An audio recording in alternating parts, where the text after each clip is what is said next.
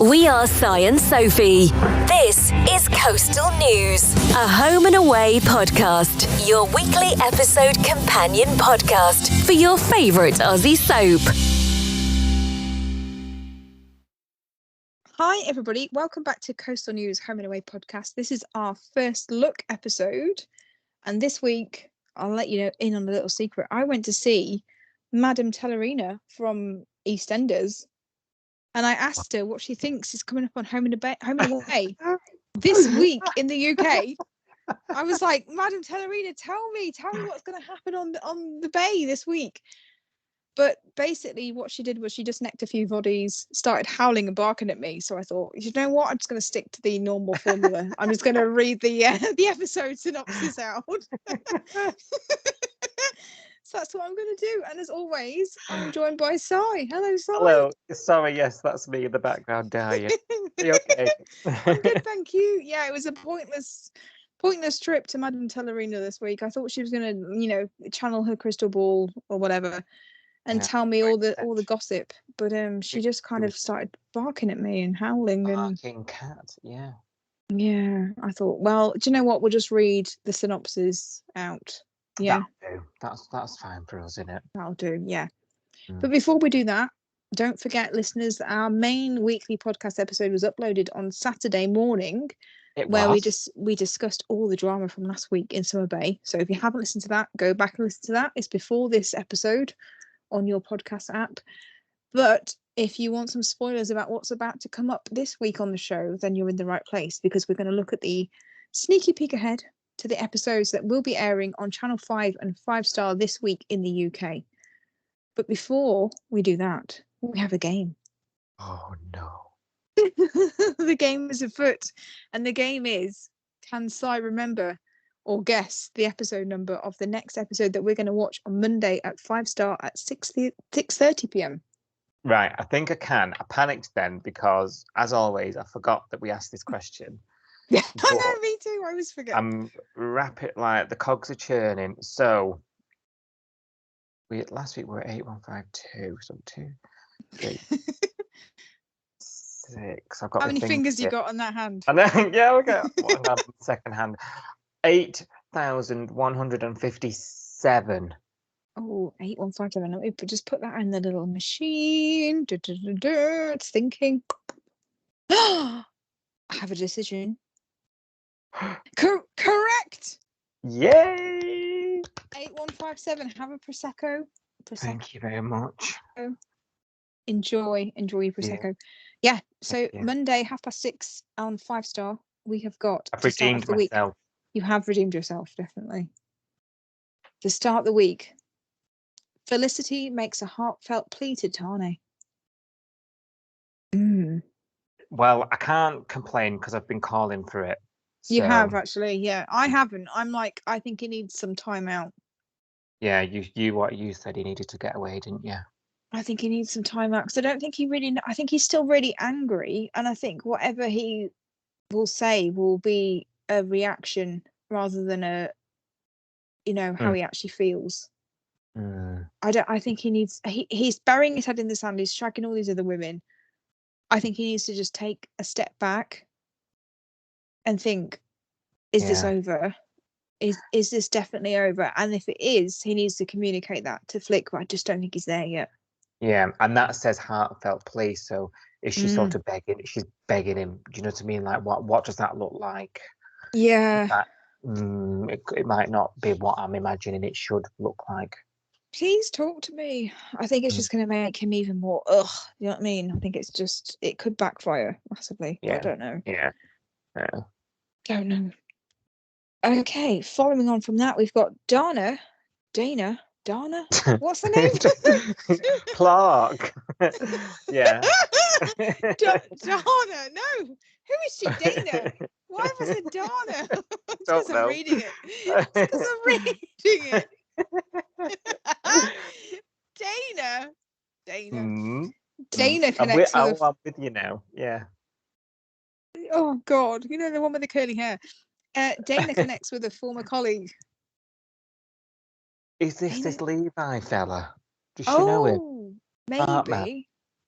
Where did she used to work? Did she used to work in Abbey Creek? She was at they keep saying in the city, don't they? Does the city mean? Or was that Sydney? The city's not Abbey Creek. Yeah, the city. Sydney.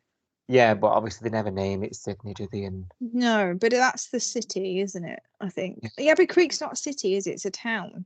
no, yeah, that's just like the nearby big place. Yeah. Mm. Maybe Levi is a colleague from the city then. We're assuming Levi, unless there's another new nurse knocking around the hospital. It's going to be him, isn't it? Yeah, I think Is so. there a history there then, I wonder? Ooh. What did you make of Levi? First impressions?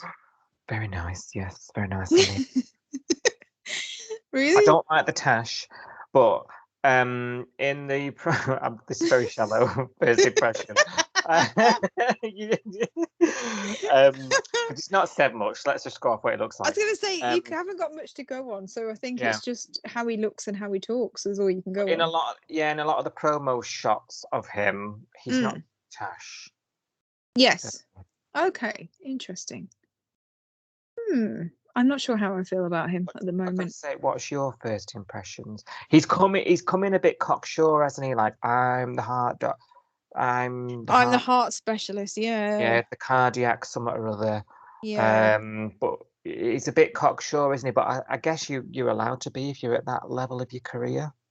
But is he though? Because he looks like a 12-year-old. Because when I looked at him, I was like, "Hello, Doogie Howser." Like he's like a 12-year-old doctor. Maybe I'm showing my age here, but I don't think he looks that young. Oh, he looks young to me. I was like, that moustache that you were talking about is bum fluff. It's just nothing substantial. I don't know. He's not my type. I'll be honest. He's not my type. So, I don't know. I don't know how I feel about him. Yeah, okay. Fair enough. That's how we feel. First impression. Maybe we will change opinion of him when we see a bit more. We always change. Yeah, absolutely. Okay. Oh gosh, this is interesting. Has John burnt a bridge with his only ally? Is his only ally Irene? Irene, yeah, or is it what's he called? The silent character who works at the Surf Club. Gerald. Maybe. As part of this complaint. Oh. Or is it Alf, Mr. Stewart? It could be. Yeah, they're not allies, but they are colleagues, and they do have each from a colleague point of view. They have each other's backs, don't they? I wouldn't say they were friends though. No, and if he did fake that phone call the other day, Mr. Stewart would be like, "You've him in Drongo." Yeah. Yeah. Yeah, that makes sense. Okay, Harper lends an ear to Tane. Oh, of course she does. Is that all she lends? Is that all she lends? Yeah, mega slut. I'm sure she'd like to lend mega slut. I'm sure she'd like to lend a few more body parts to Tane if she got her chance. I don't see this ending well. But anyway. Justin receives a worrying phone call.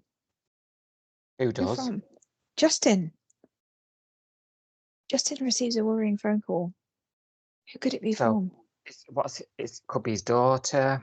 Oh yeah, it could be anybody, couldn't it? It could be, yeah. It could be the Reeveden Lakes drugstore saying that their wife's banging, his fiance is banging the door down. Yeah, true. Torian can't come to the wedding that's happening on Valentine's. Yes, the wedding on the Valentine's Day, which for us, if they mean this year, is in exactly 2 weeks. Which is uncanny, which is just scarily accurate. But obviously, I'm guessing this is the Oz pace. So if they're talking about Valentine's Day 2024, this would have aired before Christmas, wouldn't it? This scene. Yeah, so it'll have to be our June Valentine's Day. June. Yeah. It's a movable feast apparently, Valentine's Day. Wow. I'm so shocked that they've actually mentioned a date.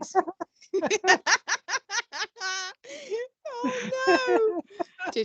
Not like that, but not like that. I'm actually shocked that they mentioned a calendar date. You know, normally they say like 2 weeks time, or on your birthday, which is vague, or on the date, How on dare our they first date. pierce Yes, the bubble? it's really weird that they've said it on Valentine's Day. Valentine's Day throughout the whole world is the 14th of February, as far as I'm aware. Yeah. It's really weird that they've mentioned a specific date, isn't it? I find it really odd. And we are at different paces. Yes. In different hemispheres. And in different years, because I think Norway's a year behind us still, isn't it? Yeah, they're a bit behind. Oh, is that Belgium? Either way, like, it's not going to make sense anywhere. It'll air. No. So, apart from Australia. And that's why Home and Away has this bubble world of endless summer. It always takes place in the summertime. Yeah. It helps that. I mean, it's not always been like that, but yeah, it helps that sort of universe exists in a parallel time, doesn't it, where the summer never ends. And we don't talk about that. So that's Winter Bay. Sorry. What is going on? What is going on here? Why have they broken that?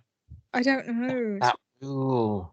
Super weird. I think this is further evidence that the wedding isn't happening. So nobody needs to worry. Well, you foreshadowed last week, didn't you, about the engagement ring being put down on the book that said a month of Sundays. Oh, I was so proud I spotted that, and you didn't. I went and had a look, and I was like, oh, he's so right. This is so good. Yeah. It's so good. I love these little Easter eggs. Yeah. So maybe this is another clue that it's not actually going to happen. Because we'll remember, if they do get married on Valentine's Day, next year, February the 14th, we're going to be expecting, some mention of it, not on the February the 14th, but 3 months, February the 14th plus 3 months, because that's how far we're behind most of the time. We're going to be expecting some acknowledgement of that date, because we know now the calendar date for this wedding is the 14th of Feb. Yeah, listen, writers, you're getting out past us. So... Yeah, it's not exactly 2 weeks' time. It's not exactly 6 months' time. It's not your birthday, which is a bit vague. Yeah. Because we don't celebrate birthdays really in the Bay. It'd be interesting to see what happens. Justin and Rose fear for Leah. Do you think that's related to the phone call then? Do you think? I don't know. It could be, couldn't it? Or it could be the sleepless nights and the drugs and the... Could be related. I'm gonna put it out into the world again. We want a sleepwalking like Leah. I know we said it. It was good. Yeah. Yeah. We need to see something. Leah in the middle of the night. In the middle of the highway. In her silk purple pajamas. I am quite jealous of those pajamas. They look really nice. I was like, nice, to be fair. I want those silky pajamas. They look really comfy. Okay. Oh, John is having a week, because we had John earlier saying he's burnt a bridge with his only ally, and now we've got John reacts to the surf club's verdict. So he's been to like surf club court by the sounds of things. Oh, the complaint, isn't it? I think so. Is he going to lose his job? I hope not. Hope not. We're going to have John and Cash at the Dole office here on suspension. John, Cash, Harper. Who else? Half of Lyric. Put it this way, he's not paying $4.70 for a coffee. No. No. Okay. Eden worries for Cash's career. Eden worries for Cash's career. Yeah, because he didn't turn up to his hearing, did he? I think I wanted to talk about this a little bit. So Eden and Cash as a relationship. So I feel like we've neglected them a bit. I feel like we need to get back to them and find out what their relationship's like. We don't see much of it anymore. We've seen lots of Eden with the band, and we've seen lots of Cash with Flick and work, and Irene and all that. But we're not seeing much of Cash and Eden like having a life together. And that makes me nervous. Yes. Yeah. Is that another possible breakup on the horizon. Not sure, because I guess with all this strain from Felicity, where they're both caught in the middle of this, really, aren't they? But what are Cash and Eden doing together, really? I don't know. Just existing. I Yeah, don't we think don't that. know. Yeah, We need to because see more of them. Are we supposed to he's invest in them? suspended, and she's basically a struggling musician, isn't she? So she's, I don't know what, apart from the odd pizza, and we haven't seen a huge amount of them. She was picking out his tie last week, wasn't she, for the hearing that he never actually went to. She was, going through his wardrobe, going, this tie, this Yeah. suit jacket, you'll be fine. But then he never went. And then apart from that, it's just been like, do you want pizza from Salt? Yeah, okay, I'll down with that. There's not been a huge amount for them, No. really. They're always doing something separate. Yeah. She's with Remy, isn't she, a lot of the time? Don't know. Okay, we'll keep an eye on them. Yeah, I don't like it. Felicity shows remorse. What for? Well, God, how long have we got? That's interesting, though. Tane? Sounds like she might be turned some sort of corner, eh? Well, she's got a lot to think about in terms of how she's been treating people. I'm not saying she hasn't been hard done by herself. There's been loads of things that have happened to her that I don't think are cool. I think a lot of stuff has happened to her that's not cool. But remorse, she could be remorseful for how she's acted towards Tane. She could be remorseful for how she's acted towards Mac, Cash, Eden, Xander. She's bit Xander's head off a few times. There's a few people that she probably owes an apology to. As much as she is hurting herself, she's taken it out on everybody else that cares about her. It's difficult to know, who it would be aimed at. Justin and Leah reach a crossroads. Oh dear, that doesn't sound good, does it? No, that doesn't sound good at all. No, decision to be made. Crossroads. Yeah. Or are they lost on the way Oh to no! Have they been kidnapped again? Left at the side of the road. Or are they watching telly and the theme tune is bow bow bow bow bow bow bow bow bow. Oh yeah, they reach a crossroads with Crossroads. I want to watch the next episode. No, I'm going to bed. There we go. That could be it. Don't. I don't know. I don't. There's going to be swathes of children listening to this, thinking, "What are you talking about?" No children will listen to this. There's no children listen to this podcast. We're not that cool. Let alone know what Crossroads is. Yeah. Yeah. Don't know. Bit vague. But then the next line, oh dear, must be related to the Crossroads. So it says Justin struggles with Leah's decision. Oh my God, I'm a bit. I've got on edge now. Yeah, what she decided. It's about the wedding, isn't it? It's about the wedding. Yeah, the wedding's off. She's having second thoughts. She's going through all this trauma.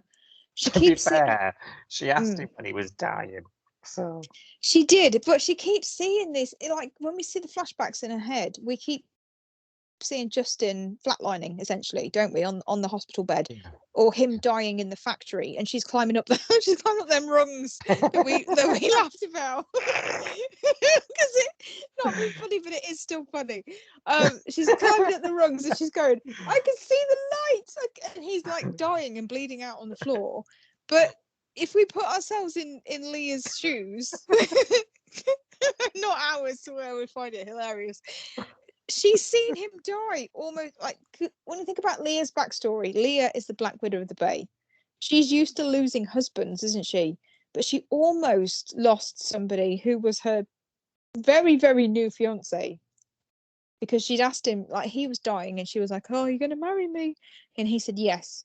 And then they went to the hospital and she almost saw him die in hospital. And like she literally gathered her family around the bed and said goodbye to him, because she was told by Brie, this is the end, you need to say goodbye.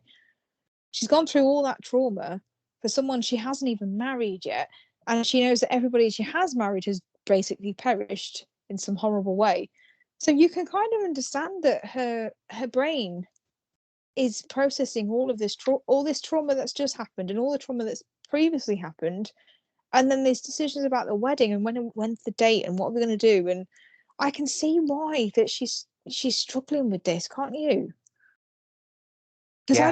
I'd be thinking he almost died, but now I'm going to marry him, and what if he dies again? I can't deal with it. I almost lost him once. What if I lose him again? What if this happens, but next time, no Dr. Bree there to bring him back? Miracle. I don't know. I'm sort of coming at it from the angle of forget the proposal, like just looking at Leah on her own, in her own right. Yeah. Like I said yesterday on yesterday's episode, there is no way we could have something so bad happen to her again and not mess her up. Oh yeah. Do you know what I mean? So, but I don't know, because she's assured Justin multiple times now that she wants to go ahead with the wedding. It's, the whole death thing made her see that she should have done it anyway. It wasn't just a deathbed slip of the tongue type, caught up in the moment. She's even planning it, setting dates, like they're going ahead with the planning, like. But is it all just a distraction? And from what's really going on with her, and I'm worried that she's sort of led Justin into this false sense of she wants it. It's a bit. It sort of mirrors the Tanya and Flick thing, really. He wanted to marry her, and she didn't, and he settled and said, "Right then, we won't." And the second that she said, "Let's do it," he's like, "Okay." And now I'm a bit like, if she turns around and says now, no, like, how is Justin going to accept that at this stage, given that he's nearly died? You have a different outlook, don't you? You do, yeah. But I genuinely think Justin would accept whatever. I think he would be happy to go with whatever Leah wanted to go with.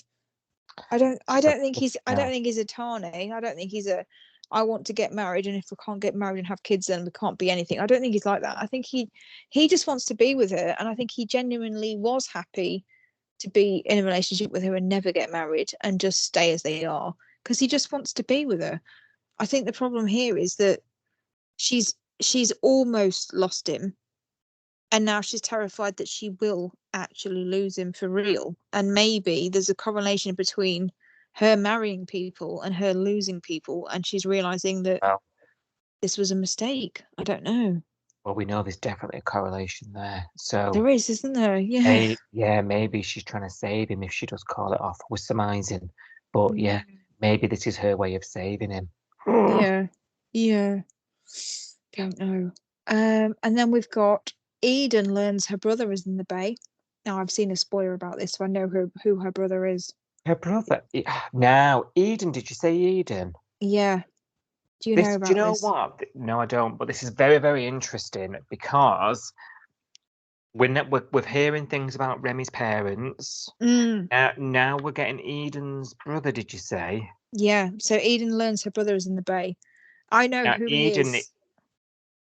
I know who the brother is. I've seen the clip. Eden already. Is the Eden story is the one we want to know about. It's the grew up in a funeral home. Yeah. Story. Hello. Let's hear more about this. So I want to hear that. We got one line in an episode about a year ago where she said, "Oh, I grew up in a funeral home," and I was like, "What?" And it was never mentioned again. And I thought, this is the most fascinating thing I've ever heard on Home and Away. I want to hear more. But yeah, Eden learns her brother. So there's a brother. I didn't even know she had. So okay. Yeah, I won't spoil it. And then the last line for the week is Levi is a rock for Mackenzie. Hang on a minute. The brother's Levi, isn't it? You're too freaking smart. The next word. I wasn't going to tell you, but yes. Spoiler alert. Eden's brother is the doctor. Okay. So the doctor's grown up in a funeral home as well. Mm. And he's doing what for Mackenzie, sorry? He's a rock for Mackenzie. Oh. He works should- at the hospital. He's meant to be saving her life, so do you I was imagine going to say, he is a rock for her? I would hope so, yeah. Because he's meant to be fixing her heart, right? Okay, so he's it's no coincidence he's been drafted in to help Max Hart. He's got links to the Bay. He's sticking about, isn't he? Thank you for listening. We will be back with more episode discussion from Summer Bay soon. Until then, join the discussion online at Coastal News Pod.